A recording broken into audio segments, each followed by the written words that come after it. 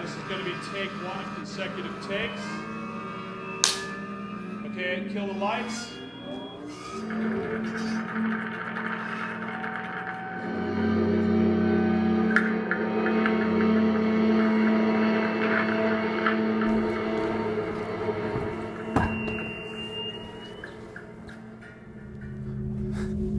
Why am I here? Did you hear the one about the kid who went to this fancy art school? Right after he got out of school, he got the job of working for the top artist on the planet. So I have a little story to tell you. My girlfriend at the time, Mary Sullivan, her mother died in a car accident in Fort Myers. I got all her stuff packed up, and I said that I would come down and help her. I came to Fort Myers, and I was going a little nuts since there was nothing to do in this cow town. Took a class at Edison Community College with Bob Peterson. Bob Peterson used to work for Bob Rauschenberg. I showed Bob Peterson my portfolio, and he said, Bob Rauschenberg needs an aluminum welder. They lined up that I should go out to Captiva, talk to Bob. So I brought my portfolio. I drove my truck out to Captiva, and I've got something that looks like my portfolio. Back then, everybody did slides, and we had this thing written out. And so this was the work that I did at RISD, and I did before. And I walked up to Bob's house. I had seen films on Bob. I had heard his voice.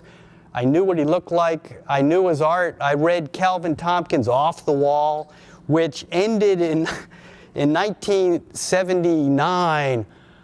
It was on the New York Times bestsellers list at RISD. It was in my art history class. And so I knew Bob. I loved Bob. I loved his work. And it was prepared to meet Bob. I walk up the stairs, knock on the door. Bob opens it and says, "Hi, I'm Bob." And I said, "Hi, I'm Lawrence." Terry Van Brunt was there. Bradley Jeffrey was there. Terry said, "I'm going to show you around."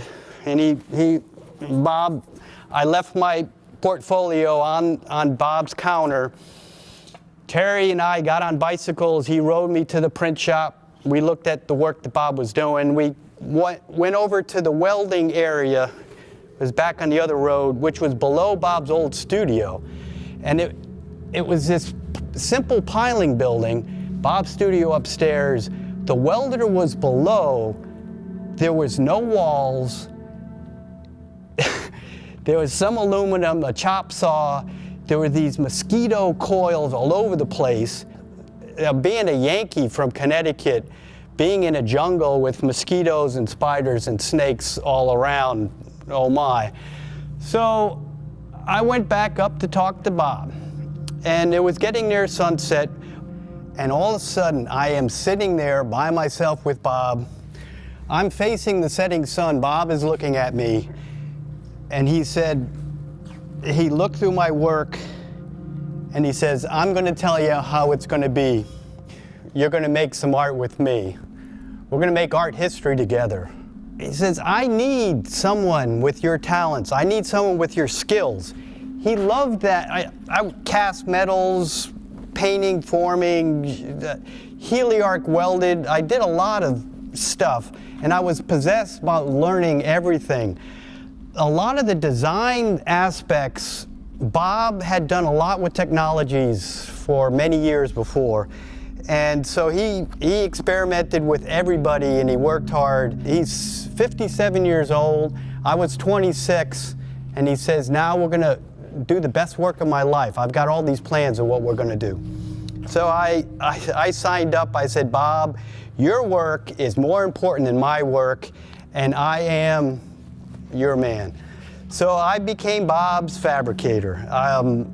Quickly, we fixed up the shop. We got new tools.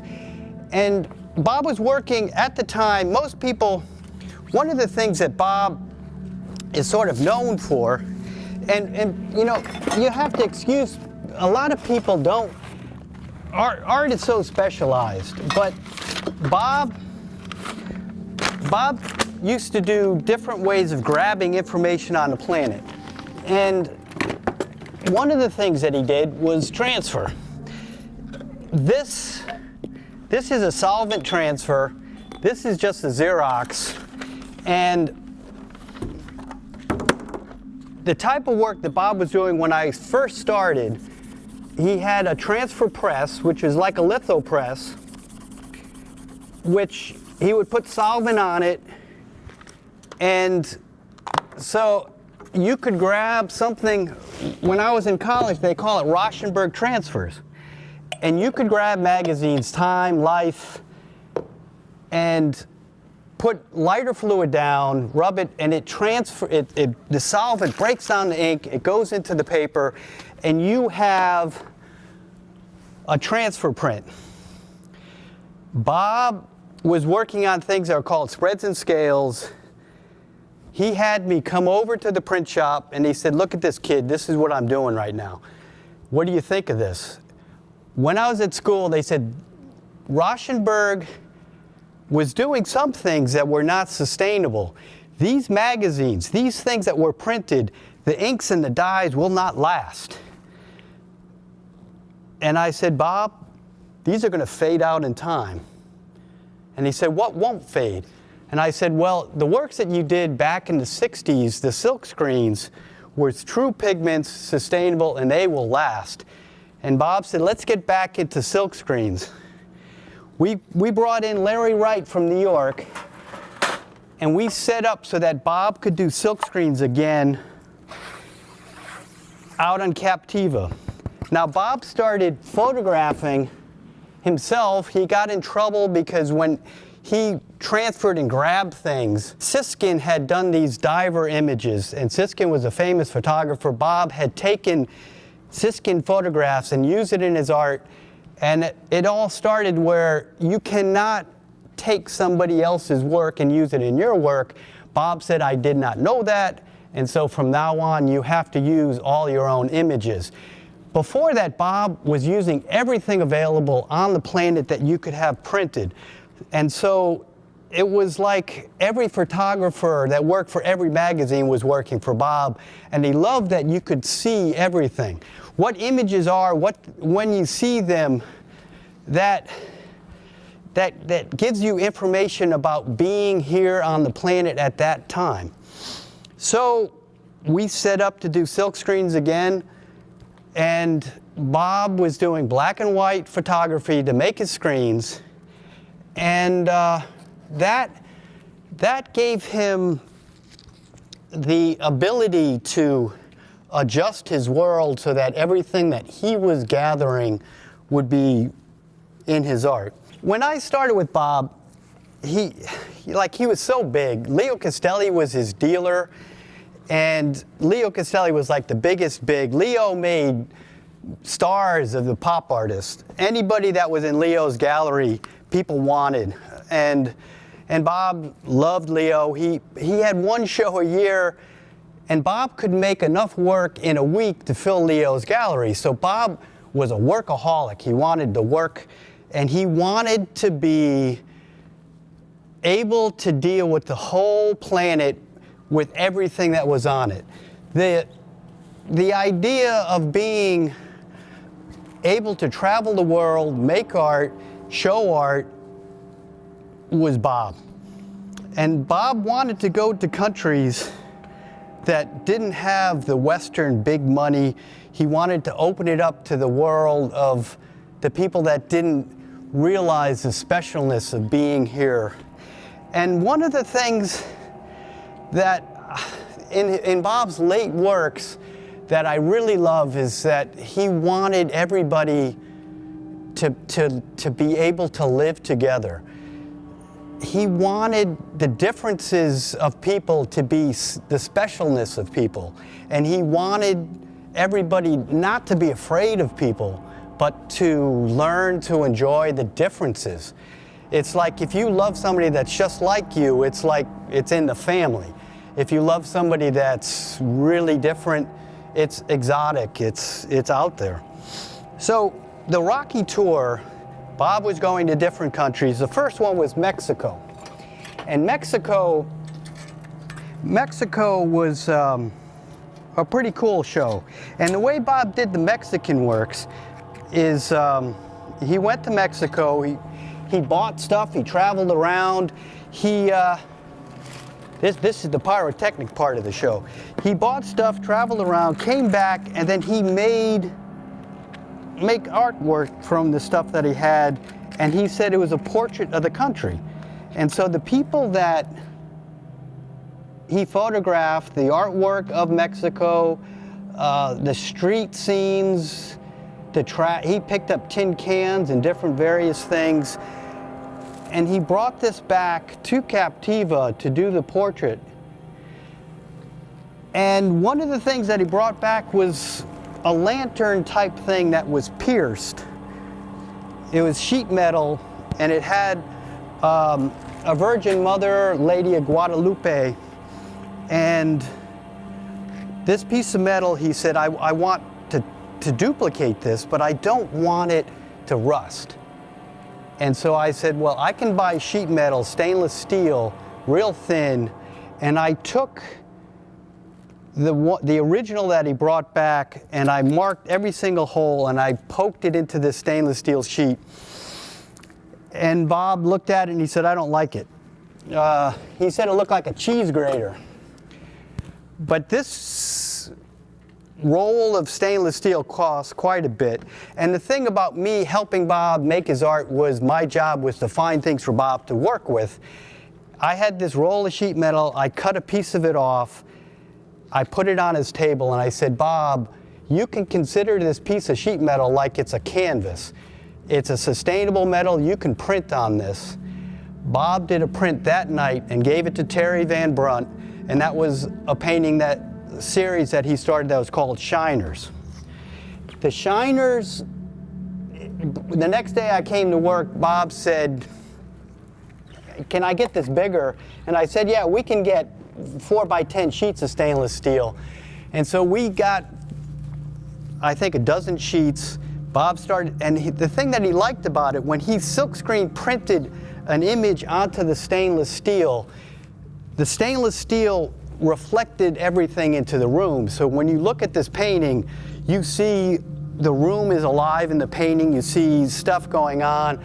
And so it brought you into the painting much more, and there was this live surface. And other artists had done a lot of silk screens. Andy Warhol, we all know how his works. Bob would paste images all around in all kinds of colors and all sorts of layers, and this made this painting alive with stuff. Bob also wanted metal objects on the stainless steel, and we would go to the scrapyard, and Bob would pick up objects, and he would call them shiny objects for the shiners. Bob could tell the difference between different white metals very accurately. Like I found a piece of molybdenum which is grayer than stainless, and I said, you like this, Bob? And he said, no, it's not a shiner, it's not a shiner.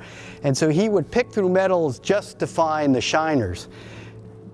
The Shiners was a series, and Bob liked to work in series, and a lot of that came from Al Bears. Al Bears, which was Bob's teacher at Black Mountain College, liked to set up things. If you were to use a certain material and do a body of work, all the problems you have with that material, you work it out, and so that series is your complete relationship to all the problems that you can solve. Al Bears is a funny guy. He was very into the technology of making art. He thought it was better to teach how to make art than what art is. If you tell somebody that this is art, this is art, this is art, if you want to make art, you got to make this, you're going to be making the same stuff over and over again. But if you teach somebody how to make art, how to find your answers in the art, you'll be making more art. Bob was very process oriented. He wanted the materials in front of him and he wanted to make the art. So after the shiners, we were we were at the scrapyard looking for shiny objects. We're still in the series. Bob did series while he was doing Rocky, and he also did big stuff. He was doing a painting that was called The Quarter Mile. And The Quarter Mile is almost a quarter mile. This scale of this little book, if you were to take all these pages of The Quarter Mile and put it out, this scale, it runs 40 feet. So we're at the scrapyard, and when Bob was looking for shiny objects, there was a pile of metal that was bright yellow, folded up, beat up, crumpled. It was a gas station, and it had the prices of the oil and gas and stuff on it. This pile was about the size of a school bus, and Bob just like, what a glut of friggin' art materials. He goes, I want the whole damn pile. And so we had this Dodge Dually pickup truck, and I crammed and drumped and pushed all this metal. I know how to take care of art supplies. And we filled up the back of this truck, and Bob was saying, you know, are we gonna make frames for this? And I said, well, Bob, this stuff is pretty tough, and it's made to be outside. All we have to do is screw it to the wall, and you're good to go. That night, Bob made his first glut. It's called Yellow Moby Glut, and it had pieces of this metal screwed and put together. And in some ways, I would rather be in a scrapyard with Bob than walk through Monet's water lilies. You know, he had this way of seeing the way things look with eyes of a child, where there's a magic. Whenever Bob came to work on a piece of artwork, what was in front of him, what it was made out of, how he was making it, was this celebration, this of specialness of this stuff and how things worked. So he did a bunch of sculptures and paintings that were called gluts, that were made out of found objects from the scrapyard. When he approached each one, there was this, what does it look like? How is it made? This one night, Norman Lear was coming out to Captiva the next day, and Bob said, let's go make a glut. And we had a scrapyard in the back of Bob's studio. And Bob and I went down there, and he's like, he said, this is something really special. I've always loved this. It's like some kind of iridescent snake in the pot. And so he picked the shovel out, it fit in. I had a box of screws and stuff downstairs that I take old things apart from. And so I'm thinking, Norman Lear's coming tomorrow. We got to do this. And he said, let's have a base. I cut the piece of aluminum this big, and I mounted the thing on the top of it. And in front of me, Bob took his magic marker. It was about 10:30 at night, and he said, for Lawrence, Bob Rauschenberg. So this was a glut sculpture that Bob gave me during the period of Bob finding objects and putting them together. And so Bob said, if the shit hits the fan, you can sell this. I think hopefully they're going to bury me with it so I don't have to sell it. So talking about the gluts, it kind of brings me over to Bob and gifts for people. And this was Valentine's. I found some scraps. I'm doing Rauschenbergian kind of stuff. I found some neon letters that were thrown out. Bob had done quite a few neon bikes. I made Bob this sculpture, and it's called A Love Letter for Bob. Bob at the time, this was after he had his stroke, he had a hard time writing, and he took something out of a drawer from something that he made before, and I'd like Long John to come up.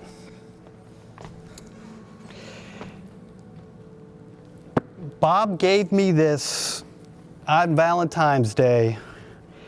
I had a welding shirt that I bought in France that I use in the background. This is sweat stains, so 25 years of welding for Bob. I mounted the drawing, and I want you to have this as a thank you for helping me make this happen.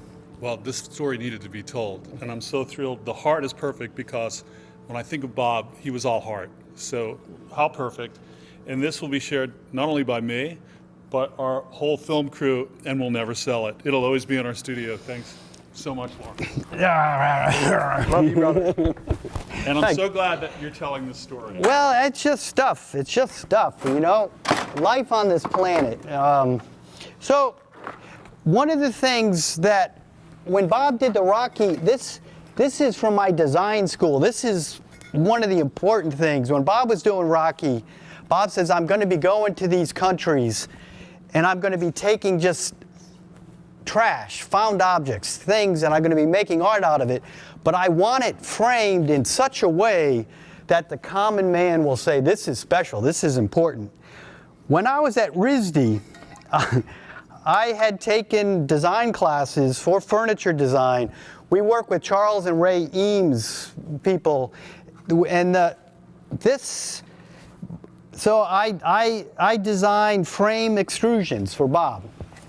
Now, I don't want to be known as a custom framer, but we had set up a system. We had a custom extruded 24-foot sticks, 2,000 pounds at the top, at a pop. I welded over 50 tons of aluminum frames through the years. Now, that's just because Bob was a workaholic. To find something for Bob was my job. And this is one of my most personal favorite things that I found for Bob. I'm at the scrapyard trying to get stuff, just looking around. I found a brass sign. This is something that I made to kind of duplicate what happened. It was a brass sign that was polished and lacquered. On the back of the sign, the lacquer had dripped down. Where the lacquer didn't go was a nice patina. I, at the scrapyard, had the idea that we could silkscreen print using varnish to mask off the metal, and Bob could use patina chemicals to do the colors. Bob did a series of paintings that were called Borealises, and they're just gorgeous. With Bob's compositional sense, with his color sense, we would put 4x8 sheets of brass, bronze, copper down. He would silkscreen a pickup truck, a chicken, a flippin' tree. We'd had mop buckets, and he would slosh the chemicals around, and then we would wash it off, clear coat it. We did bronze frames for him. So that was a cool series. And then there was another, I found out there's another chemical that's called a Luma Black. And so we did the same thing where we varnished on the aluminum and we used the selenious acid and did these they're called nightshades, big things, 20-footers, 8 feet tall, really wild stuff. Well, I had a local friend that I learned to love, Kat Epple, and her husband Bob Stoll would play locally. And I would see them downtown Fort Myers at many places, and they played, I guess you call it new age music. And I invited them to come out to see Bob and meet Bob, see what the world is out there. And they had this idea of this strategic structures. And it was Kat and Bob Stoll had wanted to go to Russia and get a nuclear missile that was decommissioned and to cut it up and make musical instruments. They had talked to me, do you think you could do this? And I thought this would be great fun. And they came out to Bob's studio. Bob was experimenting with all these works on metal in his art, and Kat and Bob played with these metals. And Kat Kat's here, and Laurie's here, and so this is so Bobish to make sounds from the vibrations of what exists on the planet. Kat, Laurie, and now together we probably have 100 years of experience with Bob. That's a lot of years. That's a lot of years. Kat's played, and Kat and Bob had us make these instruments back in '89, and it's on an album that's called Strategic Structures, and it has Bob playing these instruments, experimenting with vibrations, and let's get a little vibrations going here.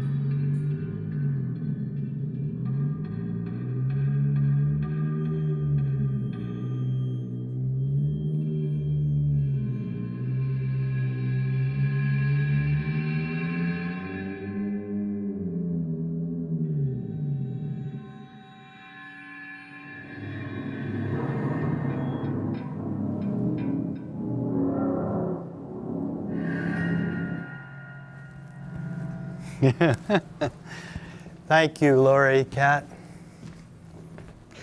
This is a little bit more of the Bobness near the end. This is a gift that Laurie Getford found for Bob. We were doing silk screens, and mostly it's like one color. And when I started for Bob, he wanted me to find out what on the planet you can make art out of, what's happening. And there's, I got Sign of the Times, I got architectural record materials of stuff and how things are changing. And so this is before you Google everything and pop up. It was you get your magazines, you do your periodicals, you find stuff. I saw this article. I showed it to Bob. Bob said, oh, I'd like to be able to do color images again. It's almost like when he could do the color transfers. And Laurie knew that the digital age was starting to happen. And he knew that digital printers were the future, where the color photographs, in the beginning it was made for the publishing industry, but right in the beginning of computer cameras, digital printing, Laurie found out that you can take your photograph and digitally print it. And Laurie showed Bob that you could take your computer print, and he came up with printing it so that, I know I got a bucket of water here, you can use water instead of solvent. So before I was using solvent, now I've got water, and there's a gum Arabic on the surface. So all you have to do is put water on your paper. Water is hygroscopic, or the watercolor paper hygroscopic, it absorbs water. So now I've got a piece of paper that's glued onto a panel. I've got a scraper, and we've got, and I think that I did it too quick. I rubbed the water out. Things weren't transferred that well. But I do have a picture of Bob. Now the thing that's nice about this is you've got a way of splashing an image onto your artwork. It's a digital transfer, and in the future, the cameras already are just so crazy good, where it's so sharp, and so they're going to get better and better and better. And to be able to take something and kiss colors of your image anywhere on your artwork, and so the last 10 years of Bob's life, Bob used this process. And after Bob had broken his hip, and he fell and had hit his head and had a stroke, couldn't use his right hand, he had people that worked for him that were traveling take pictures, and he talked to you about what he wanted to see and how he wanted these things to be seen.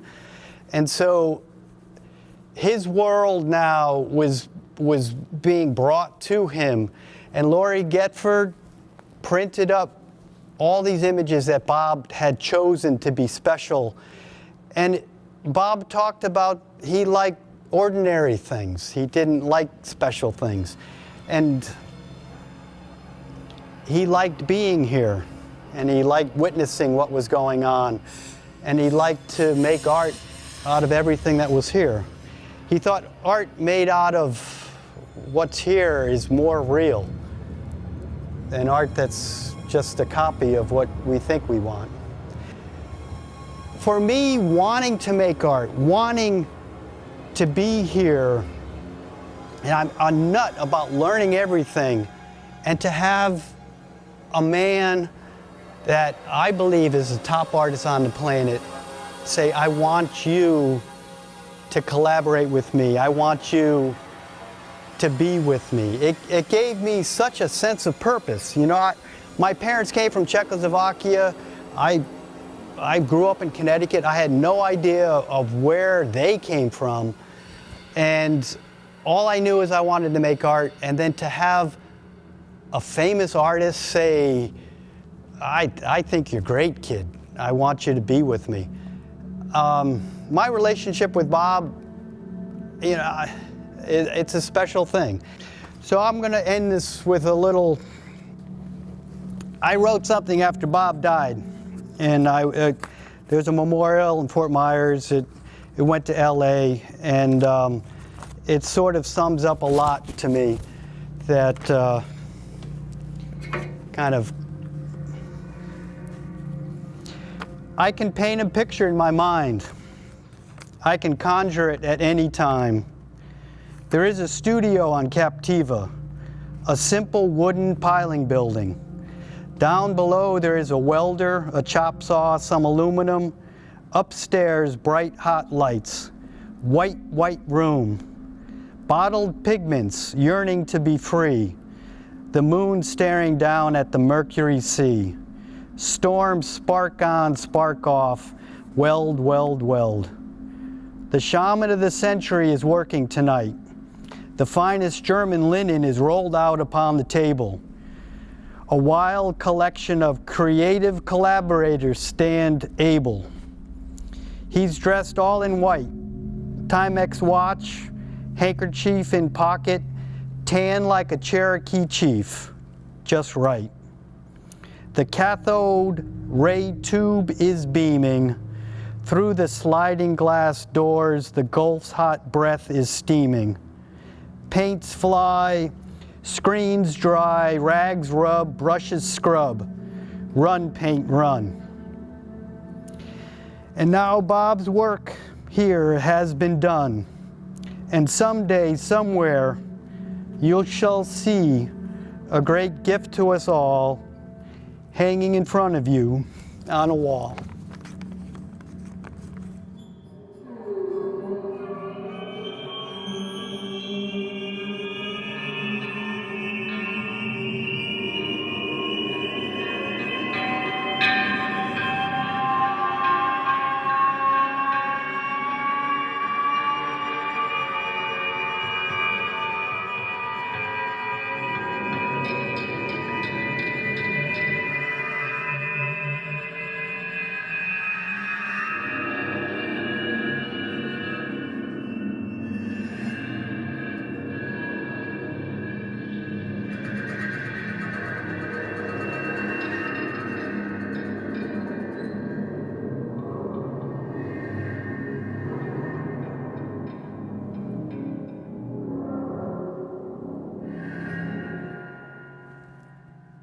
Yeah.